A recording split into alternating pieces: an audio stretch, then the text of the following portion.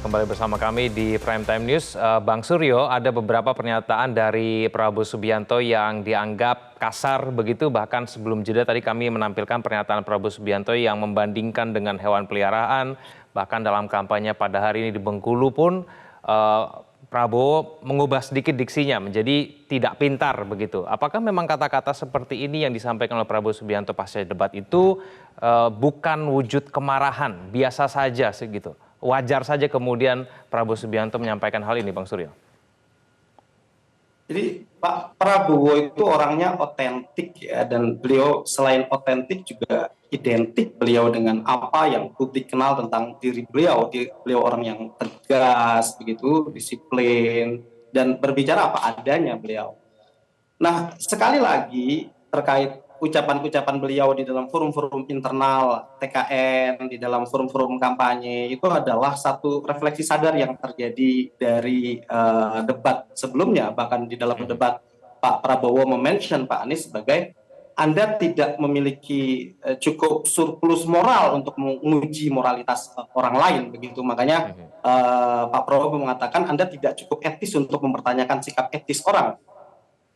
Dalam artian bahwa saya cukup paham tentang hal-hal yang etik, makanya di luar debat Pak Prabowo kemudian mengatakan ini orang terus mengedepankan kedengkian dan lain-lain, karena sedari awal dari dalam debat pertama sampai debat kedua format Pak Anies itu tetap lebih kepada memancing sentimen emosional Pak Prabowo. Semisal teman-teman hukum harusnya tahu, kalau sesuatu sudah menjadi putusan hukum, itu tidak ada masalah etik di dalam pelaksanaan putusan hukum.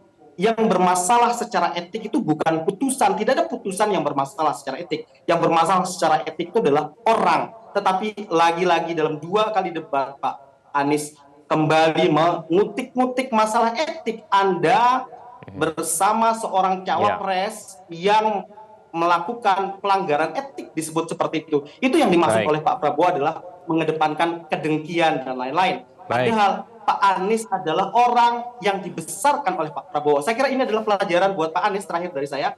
Karena Pak Anies selama ini adalah orang yang seakan-akan melihat orang lain hanya sebagai anak tangga. Hanya sebagai orang yang menyediakan punggungnya untuk dia lompat besar. Dia kemudian melupakan orang lain. Kami sudah menangkap poinnya, Bang Suryo. Saya berikan kesempatan kepada Bang Ferry ya, karena waktu kita sangat terbatas. Bang Ferry, pernyataan-pernyataan yang disampaikan pasca debat itu apakah memang bisa dijerat secara pidana sebetulnya menurut Anda? Iya, tentu perlu dilihat konteks ya. Apakah kemudian ada ruang yang bisa dikatakan ancaman kepada personal tertentu dan ancamannya bisa diduga serius. Kalau serius tentu harus ada upaya untuk melindungi seseorang dari ancaman-ancaman itu. Tapi beginilah ya, yang saya lihat sebenarnya Pak Prabowo sedang mempertinggi tempat jatuh ya.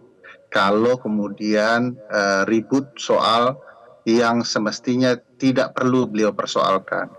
Kalau mau melawan lawan debat, sebaiknya fokus kepada substansi yang hendak membantah argumentasi lawan.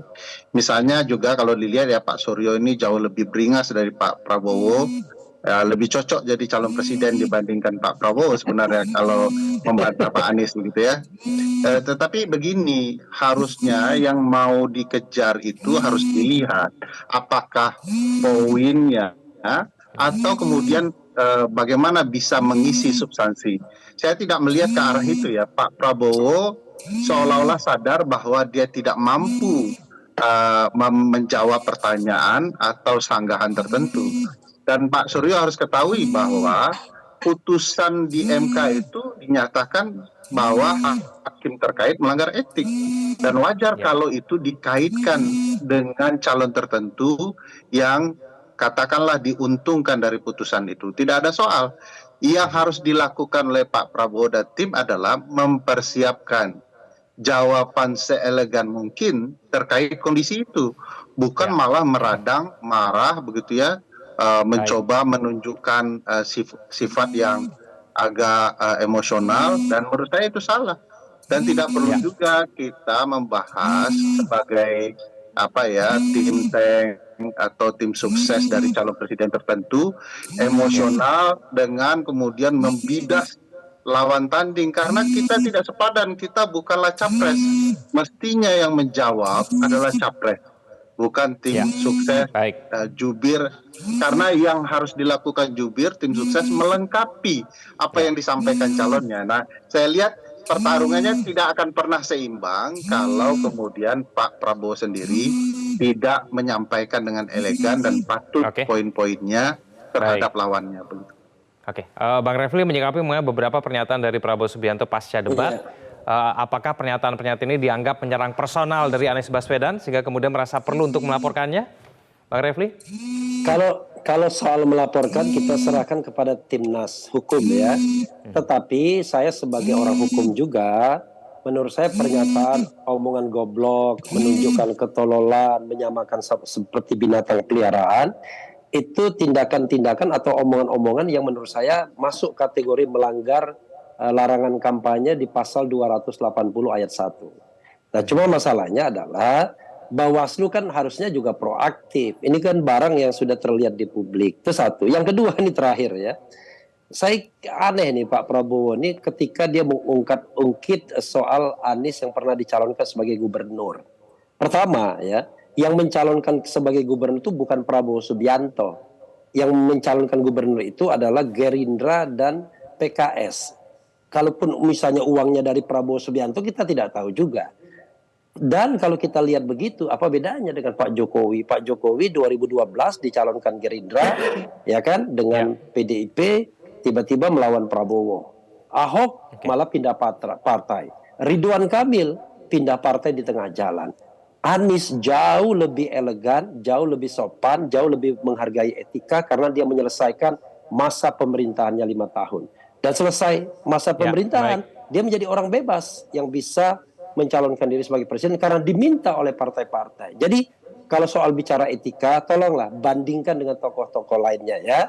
Jangan karena Anda yang dengki, ya kan? Yang dengki kan sebenarnya Prabowo kepada Anies sebenarnya, bukan tersebaliknya. Karena kalah debat melulu dari dua sesi ini, jangan karena Anda kalah berdebat, Anda kemudian nggak bisa jawab kecuali Anda menghina orang gitu. Itu pun di luar forum debat dan orang yang dihina tidak bisa menjawab balik atau kick balik. Jantanlah nanti kalau Prabowo tegas, maka kita tunggu nanti di debat kelima. Apakah Prabowo bisa revenge apa enggak? Begitu dong. Baik, kita akan tunggu nanti debat berikutnya. Terima kasih Bang Refli, terima kasih Bang Suryo dan Bang Ferry telah bergabung bersama kami di Prime Time News. Selamat malam semuanya. Jelajahi cara baru mendapatkan informasi. Download Metro TV Extend sekarang.